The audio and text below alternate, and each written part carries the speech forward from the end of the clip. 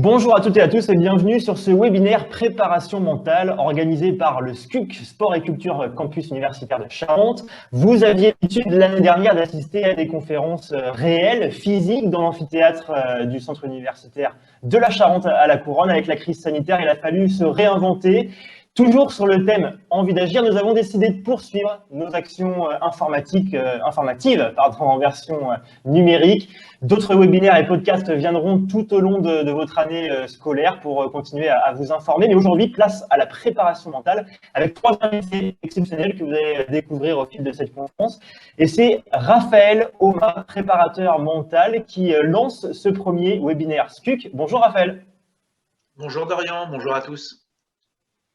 Alors Raphaël, vous êtes préparateur mental. Déjà, comment pouvez-vous nous présenter ce métier? Quelles sont ses caractéristiques? Alors le préparateur mental, un petit peu comme un préparateur physique dans le sport, va évaluer les qualités physiques d'une personne et puis l'amener à développer son potentiel. Le préparateur mental va pouvoir évaluer ce qu'on appelle les habiletés mentales, les qualités mentales d'une personne et l'accompagner aussi dans sa progression. Que ce soit dans un environnement sportif, entrepreneurial, éducatif, le préparateur mental peut intervenir. Avec qui vous travaillez justement au quotidien? C'est que des sportifs de haut niveau? Il y a aussi des amateurs, surtout des clubs, des individuels. Quel est votre cœur de cible? Aujourd'hui, je travaille en effet principalement avec des sportifs professionnels, plus précisément dans le milieu du football aujourd'hui. C'est vrai qu'une grande partie de ma clientèle, de mes clients, on va dire des sportifs que j'accompagne, sont des footballeurs professionnels. Je constate à titre personnel aussi un développement de la prise en considération de la préparation mentale aussi dans le milieu de l'entreprise, dont j'accompagne de plus en plus des entrepreneurs et je propose aussi des formations sur des modèles un peu d'immersion. Alors c'est un peu plus compliqué ces temps-ci, mais en effet j'ai parfois des journées, voire 2 journées à la suite de formations pour des entrepreneurs qui veulent acquérir aussi un peu des habiletés mentales, de préparation mentale, comme le font des sportifs. Et on se rend compte que ces deux populations ont bien souvent les mêmes contraintes, gérer très souvent du stress. Ce sont aussi des populations qui sont très souvent sujettes aux ascenseurs un peu émotionnels, au travail sur la confiance en soi, etc. Vous l'avez dit, la préparation mentale, pour nous qui ne connaissons pas forcément, le spectre paraît assez large. Justement, vous intervenez un peu sur quoi typiquement? Sur la gestion de pression, sur aussi apprendre la critique, sur quelle vraiment thématique vous intervenez, notamment au niveau des footballeurs, parce qu'on sait que c'est un milieu qui est très médiatisé et où tout le monde commente et n'hésite pas un petit peu à tacler les joueurs, si on peut s'exprimer ainsi. Du coup, le spectre il est vraiment très étendu ou vous êtes vraiment sur la performance sportive? J'ai envie de vous dire les deux. C'est-à-dire que le spectre, en effet, est très étendu et vous avez raison. Il y a aujourd'hui une plus grande visibilité aussi des performances et des contre-performances des individus. Ça peut gérer une anxiété. Il y a beaucoup plus de commentaires et pas uniquement issus de professionnels comme vous, de journalistes, mais de tout un chacun peut commenter, railler, aduler parfois des performances. Et donc, ça crée parfois de l'instabilité au niveau de ce qu'on va appeler les états internes et les processus internes, c'est-à-dire les pensées, les émotions, les représentations mentales. Moi, je vais être amené à travailler sur ces éléments-là pour faire en sorte que l'individu se sente mieux. Alors, se sente mieux, ça sous-entend du bien-être, pour réaliser sa performance. Et la performance, pour moi, c'est pas le fait de gagner ou de perdre. La performance, ça va être le comportement extérieur. Réaliser la meilleure performance possible, c'est avoir le comportement le plus adéquat dans ce contexte-là. Et donc, parfois, on peut être amené à travailler directement sur le comportement, un petit peu comme un comédien va répéter son geste pour rendre le corps un peu plus fluide. On sait aussi que la posture physique va venir influencer nos états internes. Donc, même si moi, je travaille surtout sur ce qui se passe, je vais dire, à l'intérieur, il m'arrive quand même d'être très attentif au langage corporel, au body language, parce qu'on sait que ça influence aussi nos états internes. Et vous l'avez dit, il y a ce côté acteur, comédien. Justement, vous connaissez les footballeurs ou les sportifs derrière l'écran, comme nous, grand public, et vous les avez à côté pour cette préparation mentale. Est-ce que justement la plupart de ces sportifs, ils sont aussi un petit peu comédiens? Vous êtes surpris entre la frontière qu'il peut y avoir entre le moment où vous leur parlez en tant que préparateur mental et puis le moment où vous les voyez derrière la télé, où ils sont finalement comme vous les voyez? Non, il y a un jeu de rôle aussi, hein. Ils sont très souvent dans un environnement dans lequel on leur a appris en fait à ne pas montrer leurs faiblesses.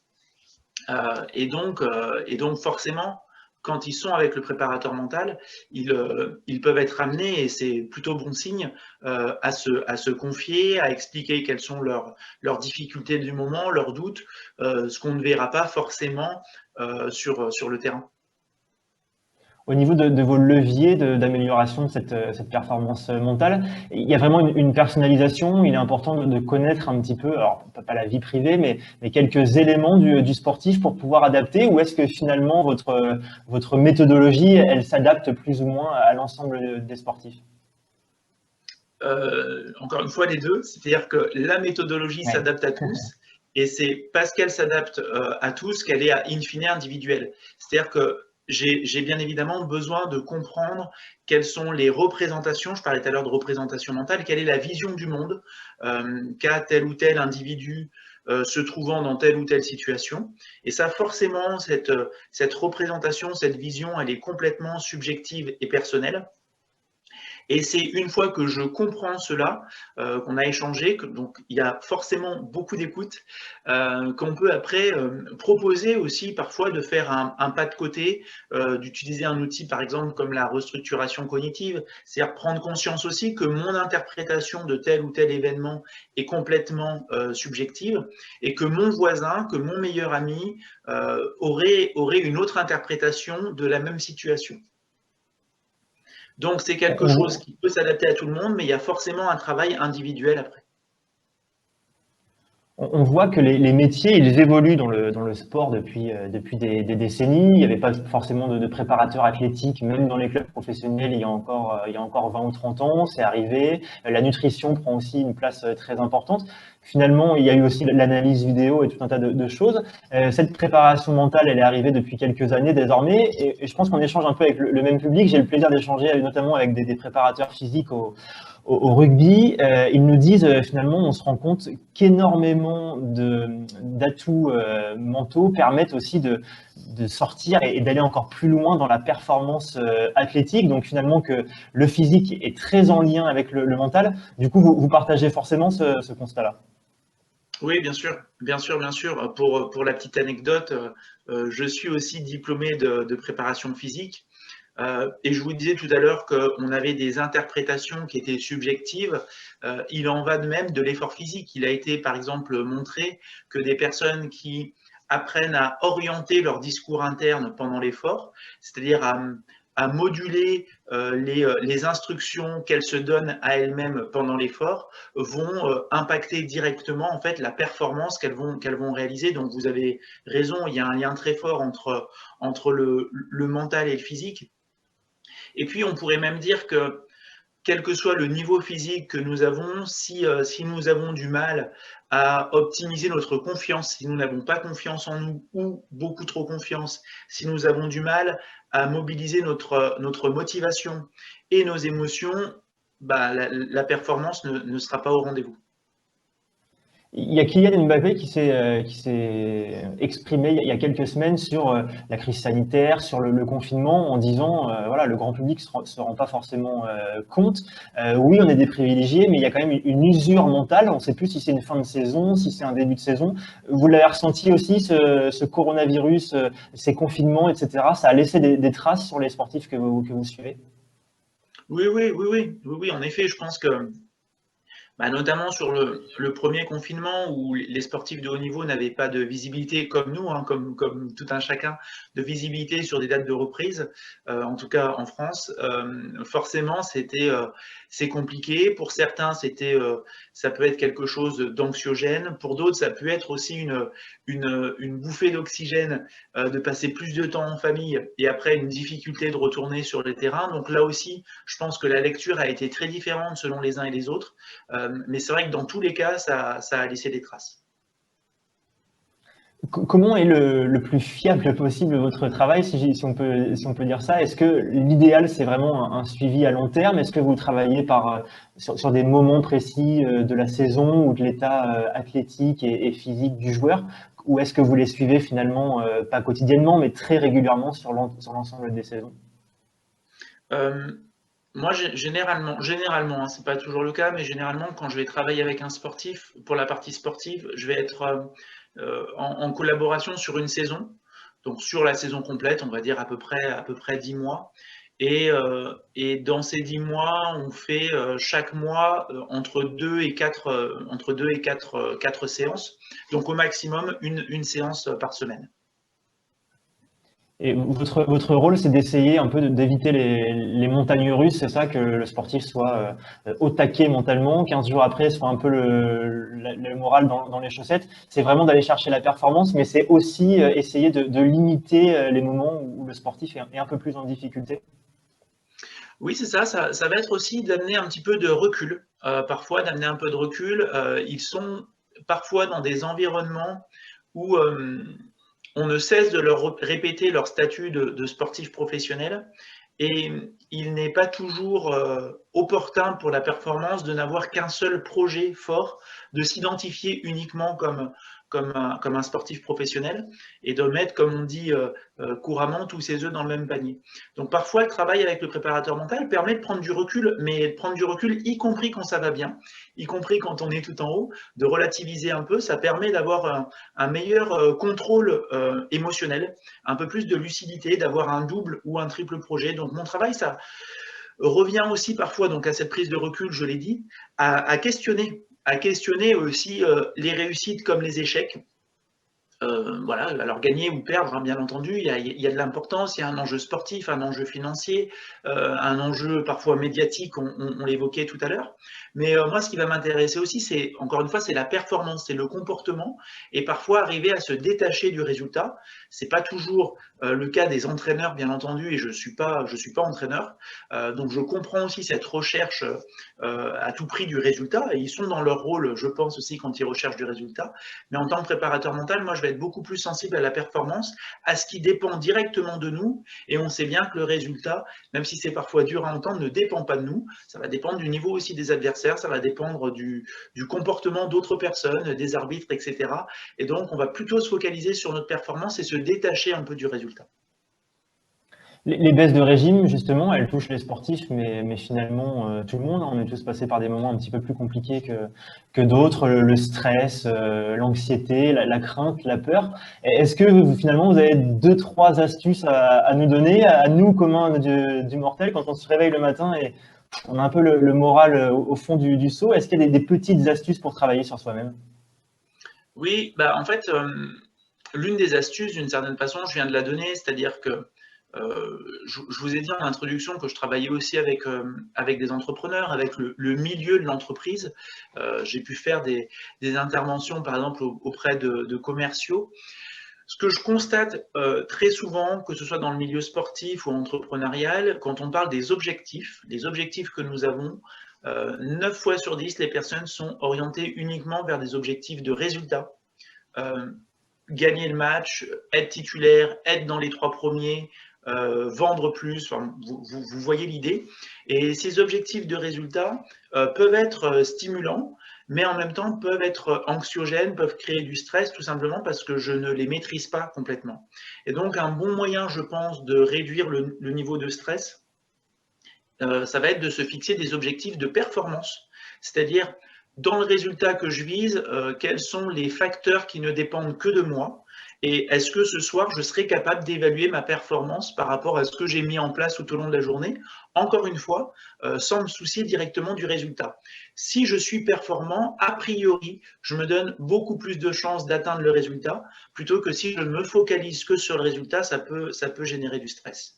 Et juste un petit rappel par rapport à votre question, Dorian, je me permettrai, je trouve toujours bien aussi de fonctionner à l'envers, de rappeler un peu la recette du stress. Si on veut être stressé, il faut être dans une situation à enjeu important, être dans une situation à enjeu important. Et comme je disais tout à l'heure, cette interprétation, elle est complètement subjective. C'est-à-dire que dans la même situation, deux personnes, deux meilleurs amis et même deux enfants d'une même fratrie ne vont pas ressentir le même stress parce qu'il y aura peut-être un enjeu pour une personne et pas pour l'autre. Et le deuxième ingrédient qu'il faut pour être stressé, c'est penser à tort ou à raison, ne pas avoir le niveau pour faire face à la situation.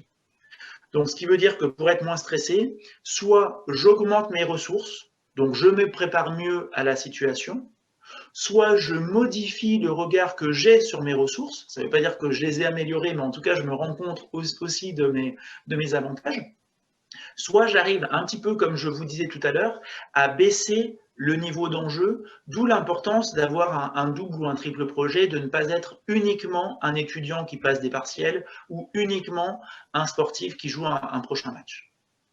Je ne sais pas si c'est très clair Vous pour êtes vous. préparateur. C'est très clair et c'est effectivement quelque chose et un constat qui peut vraiment aider tout le monde, que ce soit le sportif de très haut niveau, mais aussi la personne qui, par le travail ou par sa vie familiale, professionnelle, voire des problématiques quelconques, cette réponse-là, finalement, on se rend compte qu'elle s'adapte à tout le monde, au grand public presque, et c'est ça qui est aussi intéressant dans votre métier, c'est que vous n'êtes pas uniquement sur une élite sportive et que finalement vos conseils s'adaptent à tout le monde, et c'est très important de le dire aussi. Vous êtes préparateur mental, Raphaël, mais pas seulement, parce que je sais qu'il y a aussi la transmission qui vous tient très à cœur. Vous avez notamment une formation qui s'appelle Mental de Pro. La transmission, est-ce que déjà c'est une vocation? Et puis, qu'est-ce qu'il y a derrière cette formation? Oui, en effet, je pense que c'est un petit peu une vocation. Moi, j'ai été enseignant d'EPS pendant plusieurs années, notamment pendant 9 ans en école d'ingénieur à Angers, où j'étais donc prof d'EPS pour des élèves ingénieurs. J'ai commencé à me former à la préparation mentale quand j'étais enseignant dans cette école, notamment parce que je voulais apporter des outils à ces élèves ingénieurs sur la gestion du stress, la gestion des émotions. Ça rejoint tout à fait ce que vous disiez à l'instant, c'est-à-dire que bien évidemment, la préparation mentale ne s'adresse pas uniquement à des sportifs professionnels, à des sportifs de haut niveau. Un enfant de 10 ans peut tout à fait faire de la préparation mentale, apprendre à mieux gérer ses états internes, apprendre déjà à les évaluer, à avoir conscience des émotions qui le traversent, des pensées qui le traversent, etc. Encore une fois, quand je parle d'un enfant, je ne suis pas en train de dire dans une but de recherche d'amélioration de la performance, mais simplement déjà pour se connaître un petit peu mieux. Donc oui, j'aime en effet transmettre, c'est évident. C'est aussi, je pense, ce qui m'a rapproché de Nicolas Epinou et ce qui m'a fait accepter d'intervenir dans le DU de préparation mentale intégrée, puisque j'en suis maintenant le responsable pédagogique, même si j'habite à, je pense, à peu près 650 km d'Angoulême, j'ai voulu prendre cette fonction. Donc oui, j'aime en effet transmettre. Je considère aussi que la préparation mentale peut tellement impacter nos vies, le fait d'être capable d'orienter nos pensées, encore une fois, d'en avoir conscience, d'avoir conscience de nos croyances limitantes, d'avoir conscience de nos émotions, de ne pas forcément embrasser à bras le corps nos représentations mentales, mais avoir conscience que c'est juste un point de vue et qu'on peut faire un pas de côté et que des fois, ça va beaucoup mieux en faisant ce pas de côté. Et ben, une fois qu'on a conscience de tout ça, moi, je considère presque qu'on est obligé de transmettre, d'avoir envie de le partager aussi avec des sportifs parce que moi, j'adore le sport et je peux le dire vraiment sans gêne aussi. J'admire le niveau de performance de certains sportifs. Et en même temps, dans les coulisses, on voit des fois beaucoup de mal-être, de besoin aussi, justement, de savoir faire ce pas de côté, mais on ne l'a jamais appris. Donc oui, en effet, j'aime beaucoup transmettre. Après, pour répondre à votre question sur mental de pro, alors déjà, je précise que mental de pro, c'est mental, 2, le chiffre 2 et pro avec un S, et c'était un petit jeu de mots, voilà, j'essaye des fois de faire des blagues, mais ça marche pas toujours, mais l'idée n'était surtout pas de dire je veux avoir un mental de pro, ce qui pour moi ne veut justement rien dire, et c'était plutôt de dire, bah, quand on fait de la préparation mentale, alors en tout cas avec moi, mental de pro, c'est de dire qu'on est 2 professionnels à parler de préparation mentale. Il y a une personne qui s'est formée à la préparation mentale et une autre personne qui est professionnelle de ses représentations mentales, de ses états internes, de ses croyances, et c'est elle qui en est la professionnelle et la responsable. Donc mon travail n'est surtout pas de lui dire voilà ce que tu dois faire pour avoir un meilleur mental, mais de comprendre ses représentations, de comprendre ses croyances, de comprendre ses émotions, et puis de voir comment est-ce qu'on peut encore une fois, faire un pas de côté, jouer un petit peu avec tout ça, apporter un peu plus de respiration parfois, pour avoir à la fois du bien-être et d'autres comportements plus ajustés par rapport à l'objectif qu'on s'est fixé. Vous avez cité tout à l'heure Nicolas Epinou, qui est le président du SCUC et qui est aussi professeur au niveau des STAPS. Justement, les STAPS, si je ne dis pas de bêtises, c'est une filiale que vous avez suivie, vous, hein, si vous étiez professeur de PS. C'est ça, hein, vous avez suivi cette formation-là? Oui, exactement. Oui, oui, bien sûr. Il y a eu beaucoup d'évolutions entre le moment où vous avez été justement étudiant en STAPS et aujourd'hui. Est-ce que finalement, parce que là on a parlé d'un module et d'un diplôme vraiment lié uniquement à la préparation mentale, mais est-ce qu'il y a aussi des modules qui rentrent désormais dans ces formations de STAPS? Et est-ce que ces étudiants, vous trouvez qu'ils ont vraiment une appétence et beaucoup de demandes d'aller creuser un petit peu ce côté préparation mentale? Oui, en tout cas, enfin moi aujourd'hui j'ai 40 ans. Il y a 20 ans, quand j'étais en STAPS, on nous parlait à peine de préparation mentale. Moi j'ai fait STAPS à Lyon, une partie de mes études aussi au Canada, enfin à Montréal. Euh, à cette époque, on nous parlait très très peu de préparation mentale. Aujourd'hui, il doit exister je pense, 6 ou 7 diplômes universitaires spécifiques sur la préparation mentale. Donc, c'est vrai que ça se développe beaucoup. Et un petit peu comme vous le disiez tout à l'heure, quand vous discutez avec des préparateurs physiques ou avec des étudiants, avec des directeurs sportifs, etc., on voit de plus en plus une appétence, un attrait vers la préparation mentale. Après, je me permets de dire aussi que euh, ça reste encore parfois du déclaratif. C'est-à-dire, y compris au niveau de certains entraîneurs qui vont dire le mental est capital, est fondamental. Alors certains nous donnent des pourcentages. Moi, j'ai un peu du mal avec les pourcentages, mais on va nous dire des fois que c'est 50%, 80% de la performance. Pour autant, on n'a pas toujours de préparateurs mentaux dans les staffs. Pour autant, l'aspect mental n'est pas travaillé de façon spécifique. Et je pense qu'il faut veiller à sortir juste de l'injonction et qu'il ne suffit pas de dire à un sportif calme-toi ou sois plus engagé, sois plus agressif. Je le dis vraiment dans la terminologie sportive. Et parfois, on est encore un peu trop dans l'injonction et on n'utilise pas toujours de façon assez spécifique, justement, les outils qui nous donnent la préparation mentale. Ça y est, ma curiosité, elle est totalement ouverte. On revient 20 ans en arrière, hein, je reprends le chiffre que vous avez donné il y a quelques instants. Raphaël Oma, c'était quoi mentalement? Enfin, vous étiez comment mentalement à 20 ans? Est-ce que vous aviez toujours eu une force un peu solide ou est-ce que finalement vous aviez des petites carences qui vous ont amené à faire ça? Vous étiez comment, vous, mentalement, quand vous pratiquiez le sport, mais même à côté? Ouais, alors j'ai encore envie de vous dire les deux. C'est-à-dire qu'on peut avoir une force mentale et des faiblesses et des failles. Moi, en fait, j'ai eu un parcours pendant 15 ans, j'ai fait du tennis. En gros, grosso modo, de 5 ans à 15 ans, j'ai joué au tennis. À cette époque, bien évidemment, je n'avais pas du tout connaissance de la préparation mentale, mais encore une fois, je suis persuadé que ça m'aurait été utile. J'ai fait partie d'une équipe, c'était un peu un modèle Coupe Davis, on va dire, de tennis collectif, donc au TCLP, au Tennis Club de la Pape, et à l'époque, on avait été champion du Rhône. Je pense que je devais être en sixième à peu près. Euh, et je considère qu'à cette époque, j'avais un tout autre niveau entre l'entraînement et la compétition. Donc, je pense que ça m'aurait fait énormément de bien. Enfin, j'en suis convaincu. J'aurais adoré à ce moment-là avoir un préparateur mental. Après, donc, si on se replace il y a 20 ans, en effet, j'étais déjà étudiant en STAPS. Et pour le coup, je pense que j'ai toujours été capable de me fixer des objectifs et de m'y tenir et de me donner les moyens pour l'atteindre. Donc voilà, j'avais quand même cette force mentale, je pense. Après, je suis parti dans des sports d'endurance. J'ai fait de l'ultra trail, j'ai fait des Ironman, qui demandent aussi un travail sur l'aspect mental. Mais voilà, donc j'avais aussi ces failles, comme je vous dis, notamment sur les terrains de tennis, où pour le coup, là, je mettais un enjeu fondamental dès qu'il y avait un match, ce qui était contre-productif, et tout de même, je pense, une force de caractère aussi pour avancer dans mes projets.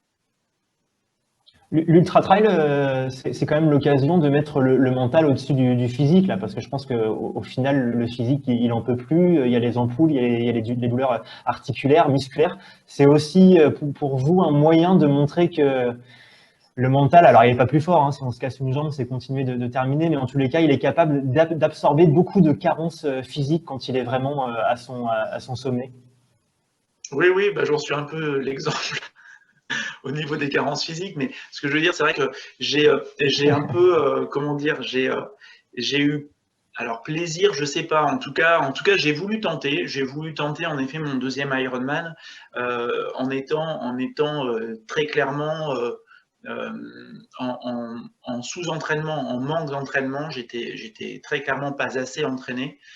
Puisque j'ai dû m'entraîner, je pense, à peu près 8 ou 10 semaines avant la compétition, donc c'est pas un volume assez important. Mais vous avez raison, c'est sûr que en travaillant sur notre discours interne, en travaillant sur ce qu'on va appeler aussi des déclencheurs émotionnels, sur ce que l'on décide de percevoir. Vous avez parlé tout à l'heure de douleurs articulaires, de douleurs musculaires, et bien évidemment on a aussi des ampoules. Après, on peut décider, enfin décider ou subir, mais on peut orienter notre attention vers ce qui nous fait mal et que ça prenne tout notre champ attentionnel. Et donc, à ce moment-là, on va bientôt s'arrêter. Ou alors, on peut s'orienter, même si on a mal, vers des pensées, vers des sensations, vers des perceptions de notre environnement qui sont très plaisantes et qui nous aident à avancer. Et forcément, moi, je suis plutôt sur la deuxième option. On parle beaucoup, enfin les sportifs parlent beaucoup entre eux, devant la presse et même dans les couloirs avec le public, de bons stress, de mauvais stress, de mauvaise pression, de bonne pression. Là encore, est-ce que le curseur finalement il est individuel à chaque individu ou comment on explique cette frontière qui finalement paraît quand même assez mince entre entrer sur un terrain avec la bonne pression et l'envie de tout casser et entrer sur un terrain avec la mauvaise, c'est-à-dire un peu la boule au ventre et puis la peur de mal faire finalement. Oui, c'est ça, c'est ça. Bah, comme vous l'avez dit, pour moi, le stress est préjudiciable à partir du moment où on a peur de mal faire. Voilà. On a peur de mal faire, on se focalise déjà sur le résultat, donc sur le résultat de mon action avant de l'avoir faite. Du coup, on met plus les ingrédients pour être performant.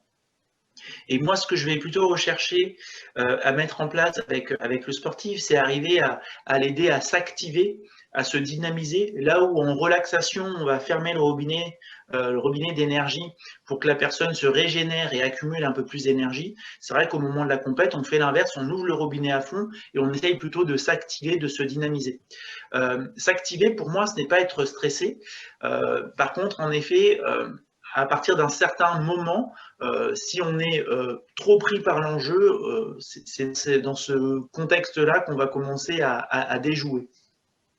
Et encore une fois, ça va aussi jouer sur notre physique, hein, pour revenir sur cette alchimie entre le mental, l'émotionnel et puis le physique. Le fait d'être très stressé et trop pris par l'enjeu réduit aussi mes capacités, par exemple, à répéter des efforts. Tout simplement parce que je vais moins bien respirer, j'aurai plutôt une respiration thoracique et non plus ventrale, comme quand je suis complètement détendu à l'entraînement, et donc beaucoup plus de difficultés à répéter les efforts, à être lucide aussi dans mes prises de décision, ce qui peut amener parfois aussi des contre-performances.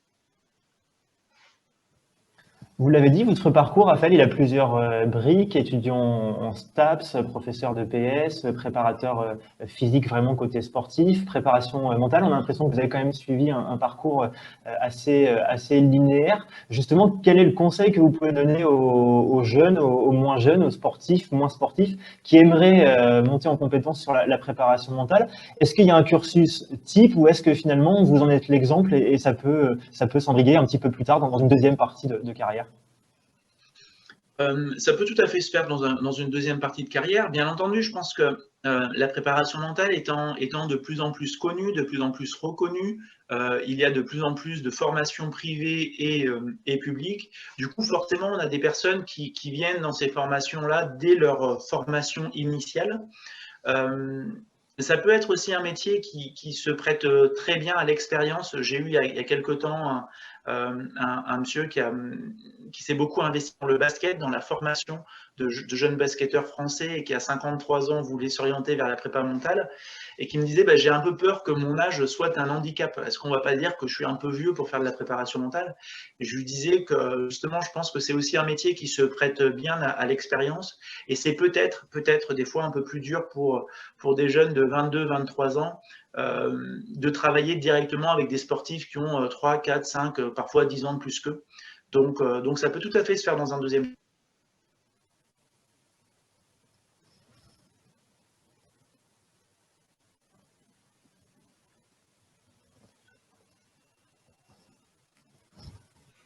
Ah, je vous avais perdu, Raphaël. Ouais, y a pas de mal. J'avais raté la fin. C'était Non, très intéressant, Raphaël. Dernière question qu'on a envie de vous poser. On a beaucoup parlé du côté sportif. On sait qu'il y a quand même une certaine reconnaissance de votre métier désormais dans le monde sportif. Quand vous parlez en famille ou avec des amis de ce métier-là et avec des personnes qui finalement n'ont pas d'appétence avec le sport et avec le côté mental, comment il est perçu votre métier justement aux yeux du grand public en 2020? On sait que ça évolue, mais est-ce qu'il y a encore une marge de progression assez énorme au niveau de l'image? Oui, il y a encore une marge. Il y a encore une belle marge de progression. Ça avance, et ça, c'est génial. Il faut rester vraiment optimiste parce que je pense que de plus en plus de personnes sont conscientes qu'elles sont stressées, sont conscientes qu'elles sont prises parfois dans un flot continu d'informations, sont conscientes que ces informations parfois négatives impactent aussi leurs états internes. Donc, il y a de plus en plus d'écoute, de prise au sérieux de cet univers. Et dans le même temps, on a aussi encore beaucoup de personnes qui vont dire non mais c'est pas pour moi ou c'est pas maintenant, c'est pour des sportifs de haut niveau ou c'est pour des entrepreneurs qui gèrent des très grosses boîtes et moi pour l'instant je dois juste parer au plus urgent. Et pour autant, je reste persuadé que ça apporte encore une fois beaucoup de bien et que ça peut permettre de performer, de se comporter autrement. Un grand merci, Raphaël Oma, d'avoir répondu présent. Vous êtes, on va le rappeler quand même, présent sur les réseaux sociaux, Facebook, LinkedIn. Vous avez un site internet, Raphaël Oma, mais on va quand même épeler votre nom parce qu'il y a un T à la fin que les gens vous retrouvent facilement. H-O-M-A-T. On écrit votre nom de famille comme ça, même si on ne prononce pas le T, il y est bien. Merci pour votre disponibilité. Merci pour les étudiants du SCUC et aussi pour le grand public. Et puis, on va quand même finir. Vous habitez du côté de d'Angers. Il y a un bon club du côté d'Angers, c'est le SCO. Mais je crois que votre cœur, il bat plutôt Gaunes, si j'en suis vos réseaux sociaux. Alors non, en fait, alors je n'habite plus Angers. J'habite plus Angers. J'habite à Chambéry. J'ai en effet vécu pendant 10 ans à Angers, en tout cas dans le Maine-et-Loire. Et je vis maintenant à Chambéry. Alors il est vrai que le lien avec l'OL. Alors à la fois bon petit, j'ai grandi près de Lyon et j'ai été pendant plusieurs années aussi maître nageur à la piscine de Gerland, là où jouait l'OL à l'époque, pour tout vous dire. Et puis j'ai aussi collaboré à l'époque du SCO, notamment avec Jeff Renendeleid, qui était au SCO et qui est passé après par Lyon, qui appartient toujours à Lyon, mais qui est prêté cette année, à Nice. Voilà. Mais sinon, je travaille bien évidemment avec des footballeurs de différents clubs et même si j'ai grandi en région lyonnaise, j'ai eu l'occasion de travailler aussi avec un joueur sur Saint-Étienne et ça s'est très bien passé. Et bien voilà le mot de la fin. Enfin un rapprochement entre Lyonnais et Stéphanois. Mille merci une nouvelle fois, Raphaël. Et puis à très bientôt pour de nouvelles aventures. Avec plaisir, merci pour votre invitation. Au revoir.